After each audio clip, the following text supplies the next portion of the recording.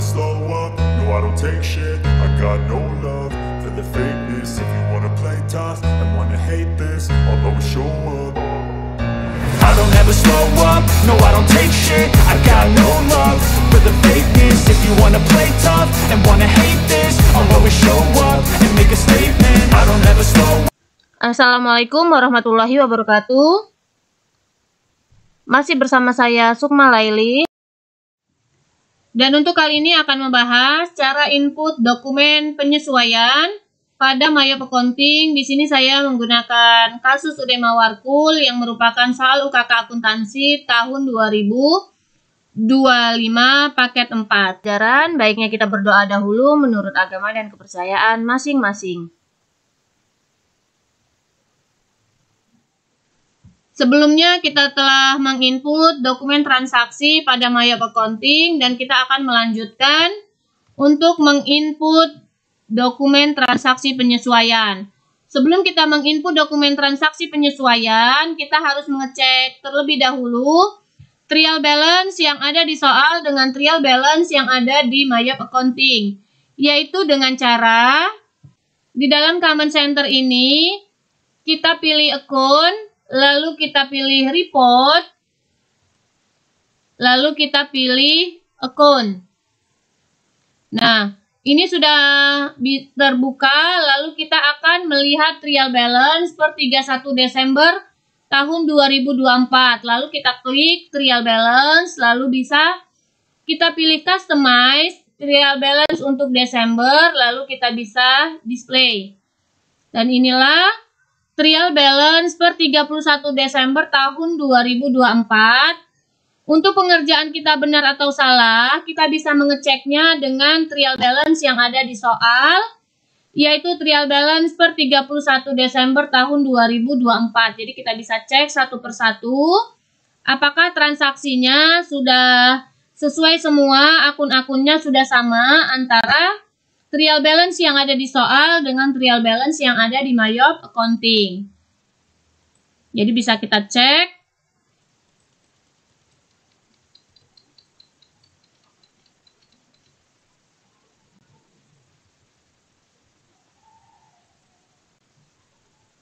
Apabila sudah sesuai semua, pengecekan antara trial balance yang ada di soal dan di Mayop Accounting, nanti trial balance yang ada di soal dan di Mayop Accounting ini yang menjadi acuan kita untuk membuat jurnal penyesuaian. Jadi ini bisa kita close.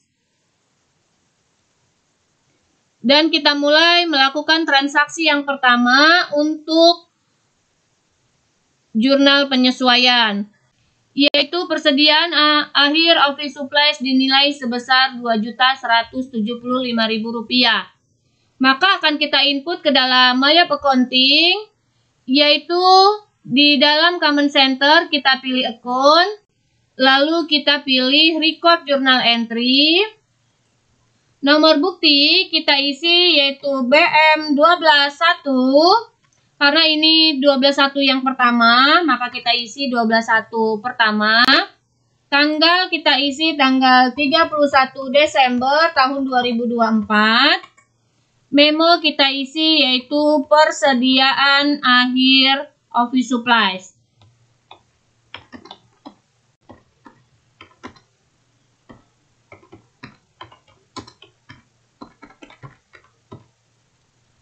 Lalu kita buatkan jurnalnya, yaitu untuk penyesuaian persediaan akhir office supplies akun 6, kita pilih office supplies expense use account, dan yang di sebelah kreditnya yaitu akan kita pilih akun 1 office supplies use account. Untuk jumlahnya kita buat perhitungan terlebih dahulu, yaitu di sini persediaan akhir office supplies dinilai Rp2.175.000. Lalu kita lihat di dalam trial balance. Jadi kita lihat di dalam trial balance untuk office supplies yaitu sebesar Rp11 juta. Maka kita buatkan perhitungan Rp11 juta, yaitu selisihnya 11 juta dikurangi dengan Rp2.175.000. Inilah yang akan kita buat jurnal penyesuaiannya jumlahnya, yaitu office supplies expense di debit Rp8.825.000 dan office supplies di sebelah kredit sebesar Rp8.825.000. Apabila sudah sesuai, bisa kita record. Kita lanjut dokumen transaksi berikutnya untuk bukti memorial 12.1 yang kedua, yaitu beban sewa toko bulan Desember sebesar Rp2 juta. Maka kita input ke dalam My Accounting, masih dalam record journal entry. General Journal kita isi BM 12.1 yang kedua dengan tanggal transaksi yaitu tanggal 31 Desember. Memo kita isi yaitu beban sewa. Maka jurnal yang kita buat yaitu akun 6 kita pilih. Rent expense use account sebesar Rp2 juta. Lalu yang di sebelah kreditnya yaitu prepaid rent sebesar Rp2 juta. Lalu bisa kita record. Kita lanjut untuk bukti memorial 12.1 untuk nomor 3. Yaitu memo kita isi sesuai dengan di soal, yaitu untuk beban asuransi bulan Desember. Maka memo kita isi beban asuransi dengan jurnalnya yaitu akun 6, insurance expense di debit sebesar Rp1.750.000. Dan yang di sebelah kreditnya yaitu prepaid insurance use account. Apabila sudah sesuai, bisa kita record. Kita lanjut berikutnya bukti memorial 12.1 yang keempat. Memo kita isi di sini taksiran kerugian piutang dagang. Jadi kita input taksiran kerugian piutang dagang.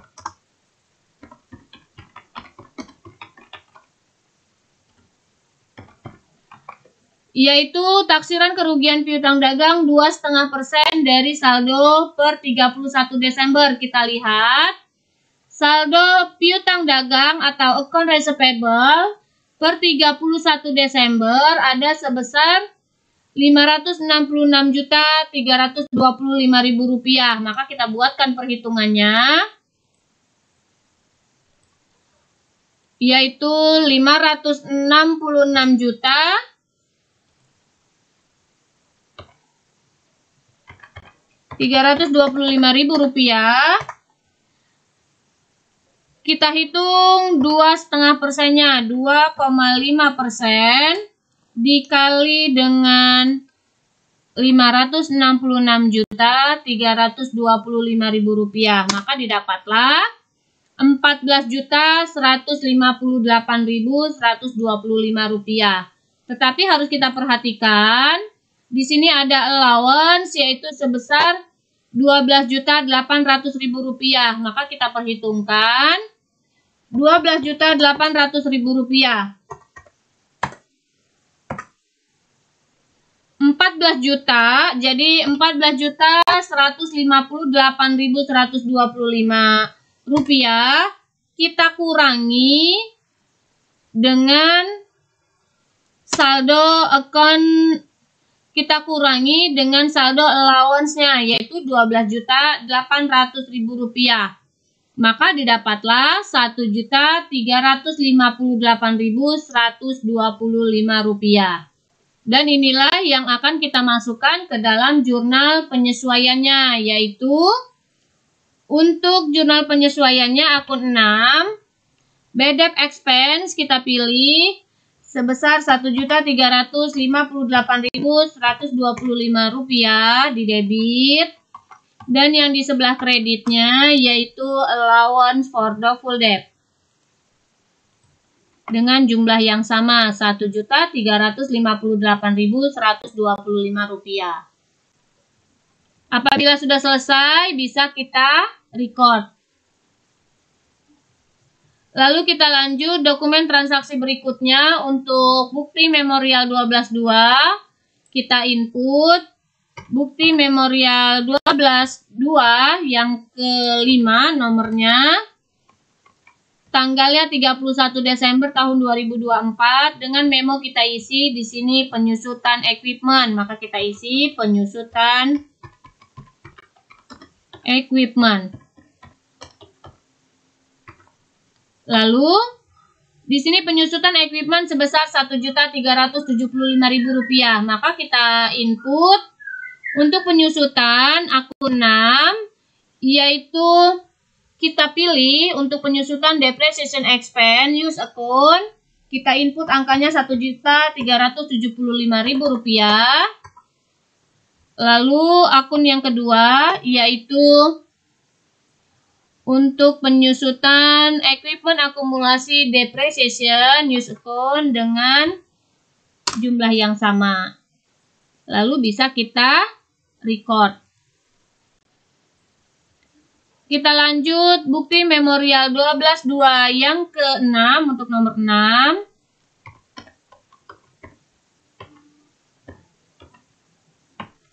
Memo yaitu kita isi gaji bulan Desember. Jadi ada beban gaji yang belum dibayar. Maka jurnal yang kita input yaitu untuk beban gaji bulan Desember sebesar Rp10 juta akan dibayar tanggal 2 Januari. Yaitu kita pilih akun 6. Wages and salaries expense di debit sebesar Rp10 juta. Dan yang di sebelah kreditnya yaitu kita pilih akun 2, yaitu expense payable use account. Jadi wages and salaries expense di debit dan expense payable di sebelah kredit. Apabila sudah sesuai, kita record. Lalu kita masuk bukti memorial 12.3, maka kita input BM 12.3 untuk nomor 7. Memo kita isi di sini yaitu untuk PPN income dan PPN outcome ditutup ke dalam PPN payable. Maka kita isi memonya penutupan PPN outcome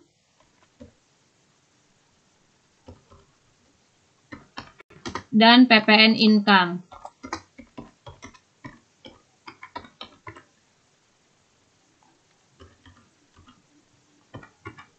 Lalu untuk jurnalnya, kita lihat angkanya yang ada di trial balance. Di sini yaitu PPN outcome awalnya ada di kredit, kita pindahkan ke sebelah debit untuk ditutup. Maka akunnya PPN outcome di sebelah debit, kita pilih PPN outcome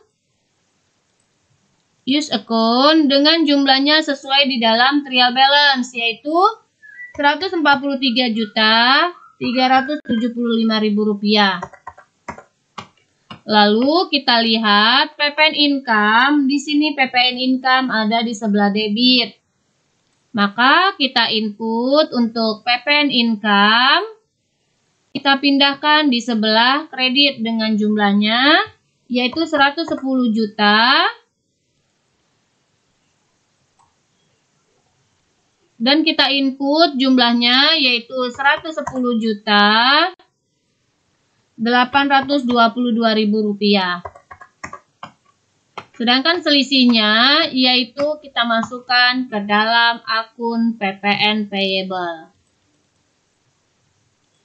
use account di sebelah kredit, sehingga out of balance menjadi 0. Apabila sudah sesuai, kita cek kembali angkanya. Sudah sesuai, kita bisa record. Lalu kita masuk berikutnya, bukti memorial 12.3 yang ke-8 nomornya. Bukti memorial 12.3 untuk nomor 8. Di sini keterangannya kita isi, hitung pajak penghasilan badan. Jadi untuk PPh badan keterangannya, yaitu PPh badan dengan ketentuan tarifnya 0,5%. Maka kita hitung untuk PPh badan 0,5%. Kita lihat 0,5% dari peredaran bruto yaitu sebesar Rp561.500.000. Maka kita hitung 0,5% dikali dengan Rp561.500.000, maka didapatlah Rp2.807.500. Inilah yang akan kita buat jurnal penyesuaiannya. Lalu kita jurnal, yaitu di sini catat PPh ke dalam income tax expense dan income tax payable. Maka kita pilih akun 9. Income tax expense di debit Rp2.807.500. Sedangkan income tax payable yaitu akun 2, income tax payable-nya karena PPh badan kita pilih income tax payable 25. Use account sebesar Rp2.807.500. Lalu bisa kita record.